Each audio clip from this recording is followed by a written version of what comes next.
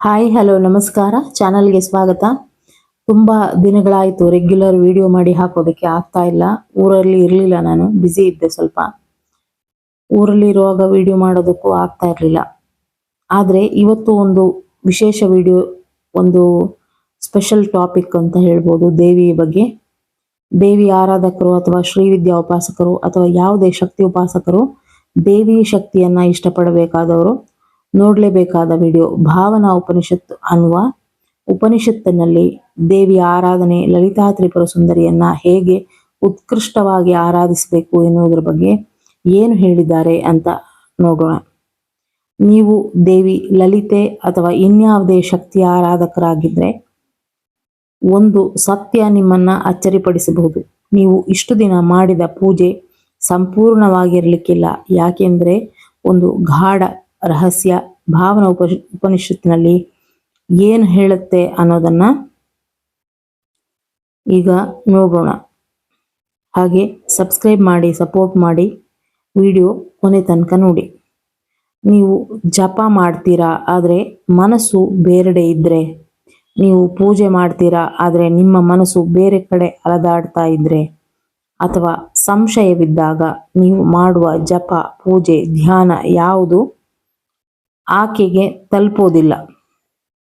ಆದರೆ ಒಂದು ಕ್ಷಣ ನೀವು ಸಂಪೂರ್ಣ ಭಾವನೆಯಿಂದ ಅವಳನ್ನ ಭಾವನಾತ್ಮಕವಾಗಿ ಅನುಭವಿಸಿದಾಗ ಆ ಒಂದು ಕ್ಷಣವೇ 1000 ಜಪಕ್ಕಿಂತ ಶಕ್ತಿಶಾಲಿ. ತತ್ವ ಏನು ಹೇಳುತ್ತೆ ಅಂತಂದ್ರೆ, ನೀವು ಆ ತಾಯಿ ಲಲಿತೆಯನ್ನ ಹೇಗೆ ಭಾವಿಸುತ್ತೀರೋ ಅವಳು ನಿಮಗೆ ಹಾಗೆಯೇ ಕಾಣಿಸ್ತಾಳೆ. ಈಗ ಬರುವ ಪ್ರಶ್ನೆ, ನೀವು ದೇವಿಯನ್ನ ಕೇವಲ ಪೂಜಿಸ್ತೀರಾ ಅಥವಾ ಆಕೆಯ ಇರುವಿಕೆಯನ್ನ, ಆಕೆಯ ಕೃಪೆಯನ್ನ ನಿಜವಾಗಿ ಅನುಭವಿಸ್ತಾ ಇದ್ದೀರಾ ಅನ್ನೋದು. ಇದು ನಿರ್ಧರಿಸುವುದು ಏನು ಗೊತ್ತಾ? ನಿಮ್ಮ ಸಾಧನೆ ಫಲ ಕೊಡುತ್ತೋ ಇಲ್ವೋ ಎಂಬುದಾಗಿ.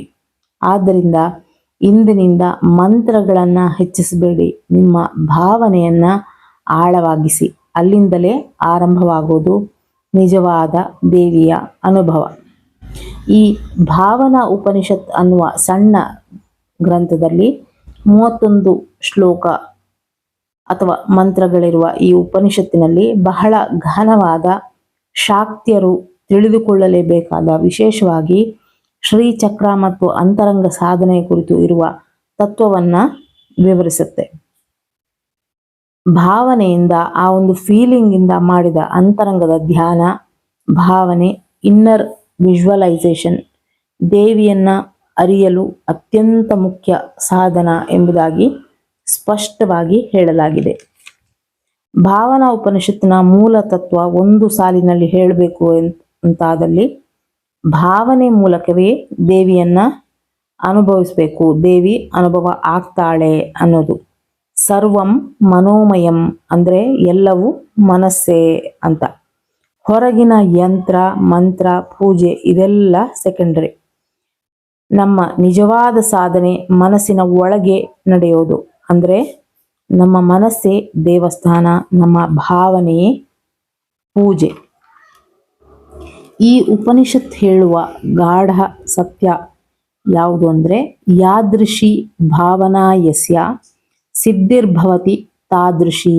ಅಂದ್ರೆ ನೀವು ಹೇಗೆ ಭಾವಿಸ್ತೀರೋ ನಿಮ್ಮ ಆಧ್ಯಾತ್ಮಿಕ ಅನುಭವ ಹಾಗೆಯೇ ಆಗುತ್ತೆ ಅನ್ನೋದು. ಲಲಿತಾ ತ್ರಿಪುರ ಸುಂದರಿ ಅವಳು ಹೊರಗಿನ ದೇವಿ ಮಾತ್ರವಲ್ಲ, ನಮ್ಮ ಒಳಗಿನ ಜ್ಞಾನ, ಚೇತನ, ಅನುಭವ ಇವೆಲ್ಲವೂ ದೇವಿಯ ಸ್ವರೂಪ. ದೇವಿ ಬೇರೆ ಅಲ್ಲ, ನಾನು ಬೇರೆ ಅಲ್ಲ, ಎರಡು ಒಂದೇ ಅನ್ನೋದು ಭಾವನಾ ಉಪನಿಷತ್ತಿನ ಅಲ್ಟಿಮೇಟ್ ರಿಯಲೈಸೇಷನ್. ನೀವು 1000 ಮಂತ್ರ ಜಪ ಮಾಡಿದ್ರು ಭಾವನೆ ಇಲ್ಲದ ಸಾಧನೆ, ಫಲವಿಲ್ಲದ ಪ್ರಯತ್ನ. ಆ ತಾಯಿ ಲಲಿತಾಂಬಿಕೆ ನಮ್ಮಿಂದ ದೂರದಲ್ಲಿಲ್ಲ, ಆದರೆ ನಾವು ಅವಳಿಂದ ತುಂಬಾ ದೂರ ಆಗಿದ್ದೇವೆ. ಅಂದ್ರೆ ನಮ್ಮ ಭಾವನೆ ಅನ್ನೋದು ದುರ್ಬಲವಾಗಿದೆ, ಅಥವಾ ಭಕ್ತಿ ಭಾವದ ಹೆಸರಿನಲ್ಲಿ ನಾವು ಆಕೆಯನ್ನ ಅದು ಕೊಡು, ಇದು ಕೊಡು, ಈ ಕೆಲಸ ಮಾಡಿಕೊಡು ಅಂತ ಕೇಳ್ತಾ ಇದ್ದೇವ, ಅಥವಾ ಆಕೆಯ ಬಗ್ಗೆ ಒಂದು ಭಾವನಾತ್ಮಕ ಸಂಬಂಧ ಬೆಳೆಸ್ತಾ ಇದ್ದೇವ. ಇದು ಎರಡು ಕೂಡ ಬೇರೆ ಬೇರೆ ಜಗತ್ತು. ಬೇಡಿಕೊಳ್ಳುವವರು ಸದಾ ಕೊರತೆಯ ಮನಸ್ಥಿತಿಯಲ್ಲಿ ಇರ್ತಾರೆ. ಆದರೆ ಆಕೆಯನ್ನ ಭಾವನಾತ್ಮಕ ರೀತಿಯಿಂದ ಕನೆಕ್ಷನ್ ಬೆಳೆಸಿಕೊಳ್ಳುವವರು ಪೂರ್ಣತೆಯಲ್ಲಿ ಇರ್ತಾರೆ. ಲಲಿತಾ ತ್ರಿಪುರ ಸುಂದರಿ ನಮ್ಮ ಒಳಗೆ ಜಾಗೃತಿಯಾಗಲು ಕಾಯುವ ಶುದ್ಧ ಚೇತನ. ಆದರೆ ಅವಳು ಜಾಗೃತಿಯಾಗೋದು ಯಾವಾಗ ಅಂದರೆ ಭಾವನೆ, ನಂಬಿಕೆ, ಸಂಪೂರ್ಣ ಸಮರ್ಪಣೆ, ಶರಣಾಗತಿ ಎಲ್ಲವೂ ಒಂದಾದಾಗ ಆಕೆಯ ಶಕ್ತಿ ನಮ್ಮಲ್ಲಿ ಜಾಗೃತವಾಗುತ್ತೆ. ನಮ್ಮ ಮನಸ್ಸು ಒಂದು ಮಾತು ಹೇಳುತ್ತೆ, ನಮ್ಮ ಹೃದಯ ಇನ್ನೊಂದು ಅನುಭವಿಸುತ್ತೆ, ನಮ್ಮ ಕ್ರಿಯೆಗಳು ಬೇರೆ ದಿಕ್ಕಿನಲ್ಲಿ ಹೋಗುತ್ತೆ. ಇಂತಹ ಸ್ಥಿತಿಯಲ್ಲಿ ಯಾವುದೇ ಸಾಧನೆ ಕೆಲಸ ಮಾಡೋದಿಲ್ಲ. ಆದರೆ ಮನಸ್ಸು, ಹೃದಯ, ಕ್ರಿಯೆ ಒಂದೇ ದಿಕ್ಕಿಗೆ ಬಂದಾಗ ನಮ್ಮ ಭಾವನೆ ಅನ್ನೋದು ಶಕ್ತಿಯಾಗಿ ಬದಲಾಗುತ್ತೆ.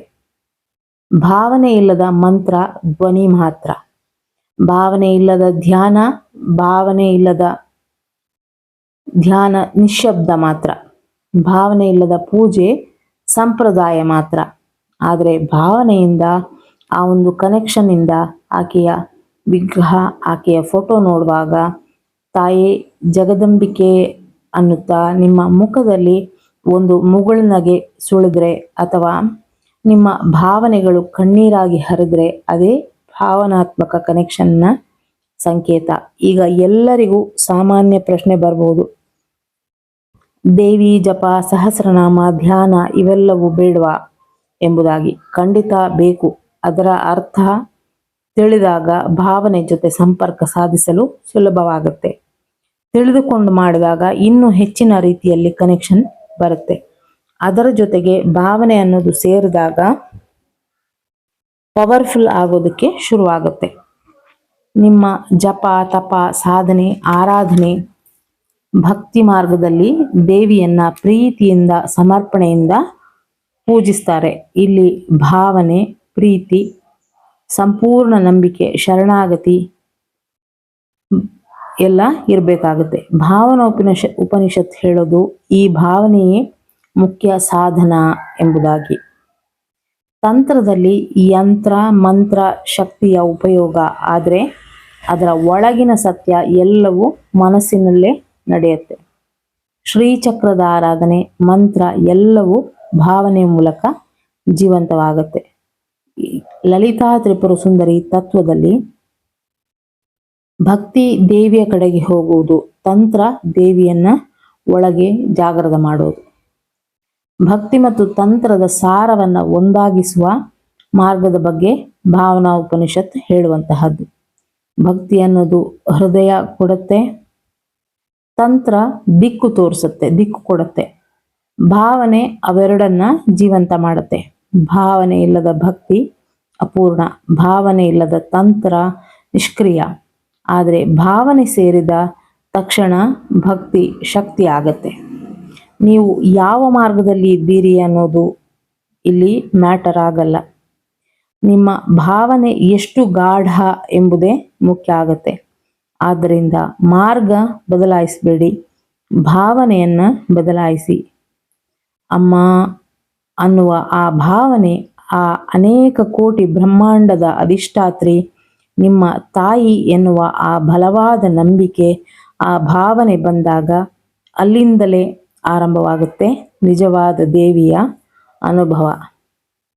ಮಾಡುವ ಪೂಜೆ, ಪಾರಾಯಣ, ಧ್ಯಾನ, ಮಂತ್ರ ಜಪ ಇವೆಲ್ಲವೂ ಅಪೂರ್ಣ ಭಾವನೆಗಳು ಇಲ್ಲದಿದ್ದಾಗ. ನಿಮ್ಮ ಭಾವನಾತ್ಮಕ ಸಂಬಂಧ ಆ ತಾಯಿ ಜೊತೆ ಇದ್ದಾಗ ದೇವಿಯನ್ನ ನೀವು ಅನುಭವಿಸುವುದರ ಜೊತೆಗೆ ಆಕೆಯ ಸಾಮೀಪ್ಯವನ್ನ ಕೂಡ ಸಾಧಿಸ್ತೀರಿ ಅಂತ ಹೇಳ್ತಾ ಮುಂದಿನ ವಿಡಿಯೋದಲ್ಲಿ ಸಿಗ್ತೀನಿ. Thank you for watching.